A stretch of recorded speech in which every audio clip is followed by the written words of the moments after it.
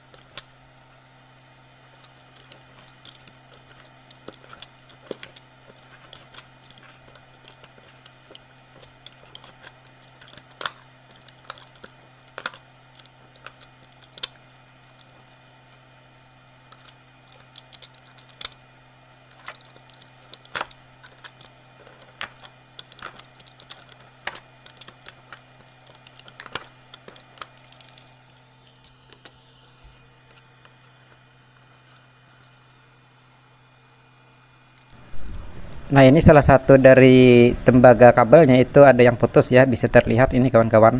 Kenapa dia bisa putus? Itu karena ada sesuatu ya di dalamnya ini, seperti apa nanti kita bongkar habis saja. Dan ini tidak perlu kita sambung ya, karena kalau kita sambung itu akan sia-sia ya, nanti akan rusak lagi hanya beberapa saat. Karena ini di dalamnya ada kemungkinan itu biasanya terjadi terbakar ya untuk lilitan tembaganya. Oke, kita langsung saja kita bongkar habis ini speaker. Dan nanti kita bisa juga modif ya kawan-kawan, kita bisa modif ini kan single coil, kita bisa modif untuk double coil, kemudian kita untuk modif yang lain-lain juga bisa ya, kita perhatikan nanti seperti apa. Jadi untuk speaker itu semakin besar, semakin tinggi wattnya, semakin tinggi tegangannya, itu untuk lilitan tembaga coilnya ini biasanya hangat kawan-kawan, bahkan panas ya.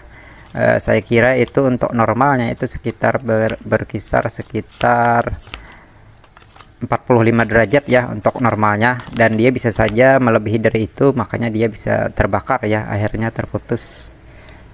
Jadi untuk kabel speaker tembaga ini dia ada 2 jalur ya, 2 jalur, dan dia sebenarnya terhubung tetapi tidak loss ya, tidak full terhubungnya, dia masih ada resistansinya seperti itu ya, masih ada hambatannya. Nah, jika sudah seperti ini ada bekas lemnya ya, lumayan tebal. Ini kita kerik, kita bersihkan dengan cutter, kemudian dengan amplas. Dan jangan lupa ya, jangan dihabisin untuk lemnya ya, kita sisain ya sekitar 1 mili, karena lem yang tersisa itu dia sudah menyatu dengan kertasnya ya, kertas atau daun dari speaker ini, jadi dia tidak perlu kita habisin untuk lemnya. Oke, seperti itu kawan-kawan untuk pelepasan agar bisa rapi nanti ya.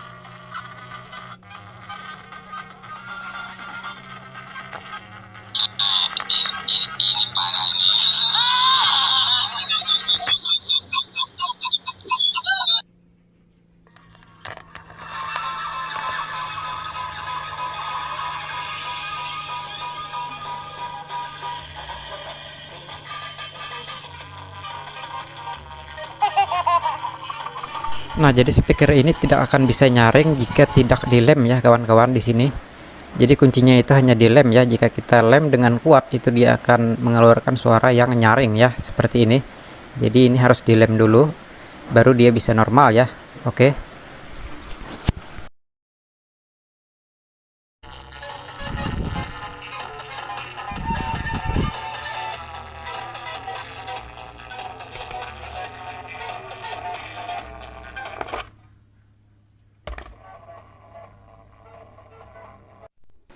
Nah, jadi saya akan pasang kabel grounding ya untuk speakernya. Jadi untuk speaker-speaker besar itu perlu juga grounding ya kawan-kawan. Ini kita cek dulu apakah dia nyambung atau tidak. Nah, kawan-kawan lihat ya. Nah, ini nyambung ya, nyambung dengan sempurna untuk kabel groundnya. Jadi ini terpasang ke besinya ya, ke besi bawah tadi. Nah, seperti ini adalah kabel tembaga. Ukuran sekitar 1 mili ya, lebih besar dari spol. Untuk kabelnya makin besar makin panjang itu bagus ya untuk grounding. Nah, kita jumper ke bagian plat besi sini ya. Nah, karena ini untuk di solder ini tadi saya solder tetapi tidak kuat ya solderannya, jadi dia hanya nempel dan kita kasih isolasi 2 lapis seperti ini. Nah, jadi ini dia nyambungnya ke lilitan kutub negatif ya, lilitan kutub negatif dari spolnya nanti. Nah, ini fungsinya ada dua kawan-kawan. Pertama itu untuk grounding di sini ya untuk negatifnya. Jadi yang pertama itu untuk grounding dan yang kedua itu untuk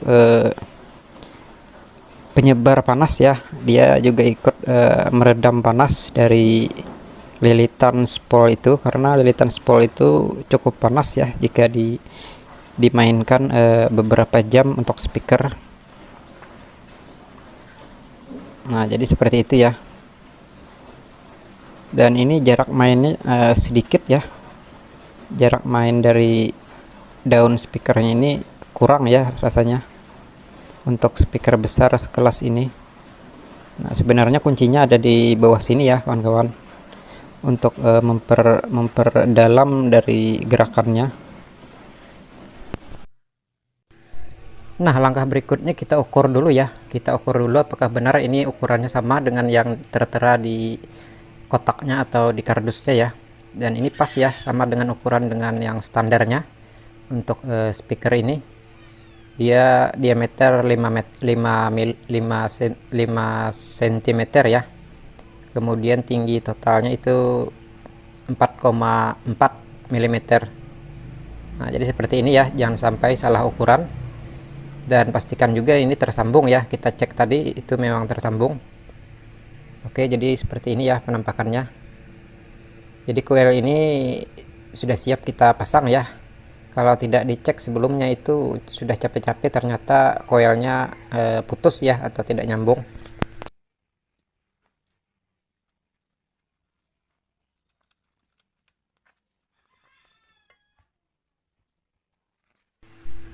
Baik, kemudian kita langsung pasang saja ya seperti ini. Dan ini kabel ground yang saya bikin kemarin ya, itu untuk grounding sekalian untuk menyebarkan panas juga. Nah, jadi ini kita presisikan seperti ini ya. Bisa diganjal dengan plastik mika ya, tipis. Dan ini kita sambung untuk groundingnya ke negatif ya, untuk kutub negatif. Kemudian kita solder yang kuat.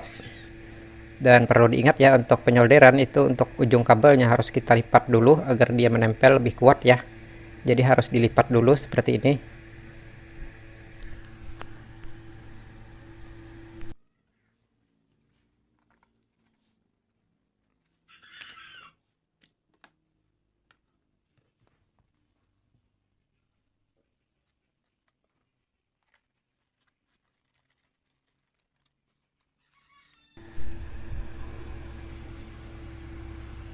Nah, setelah selesai pemasangan itu kita siapkan lemnya ya. Dan kita cuma butuh 2 lem ini ya, dengan tipe yang berbeda. Jadi kita gunakan lem ini saja ya, agar dia bisa merekat dengan kuat. Karena ini mudah dicari ya untuk di toko-toko.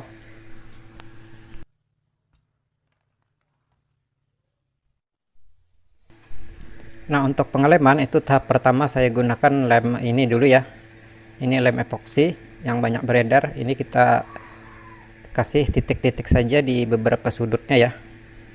Nah, jika sudah dia mulai kering, itu kita lem secara keliling nanti. Ini kita tunggu dulu sampai kering. Dan ini cuma sebentar ya, dia cepat kering. Jadi semacam ini untuk titik-titik dulu. Itu hanya untuk merekatkan dari coil atau spolnya ke daun dari kertas speaker ini. Dan kita sambil pencet-pencet ya agar dia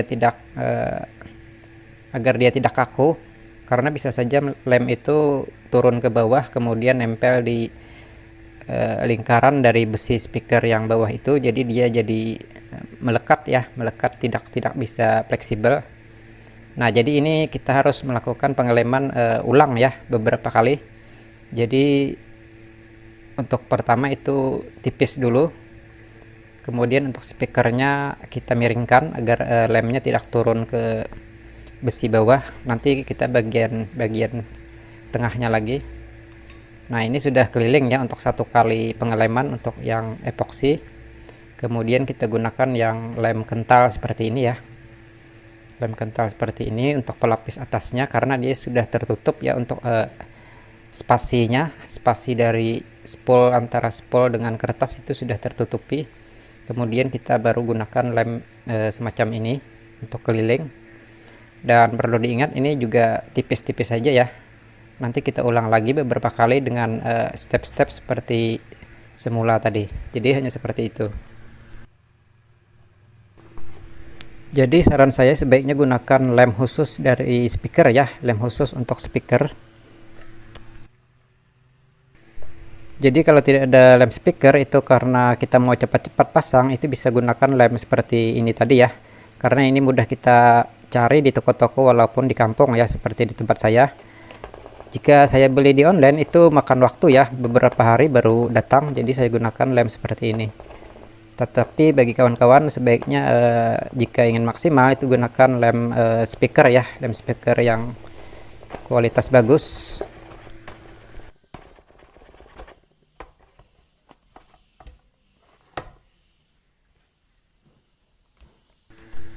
Nah, kemudian kita cek lagi ya untuk jalur speakernya dari kabel terminalnya ini apakah nyambung atau tidak. Jadi itu perlu kita cek juga ya agar tidak terlanjur nanti. Nah, ini kita cek apakah dia, nah ini nyambung ya kawan-kawan. Oke, ini sudah sip dan siap untuk diuji ya. Tetapi kita tunggu dulu lemnya sampai kering.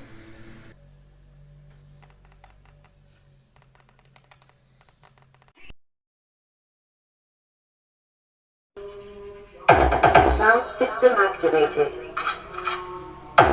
Initiating sound check.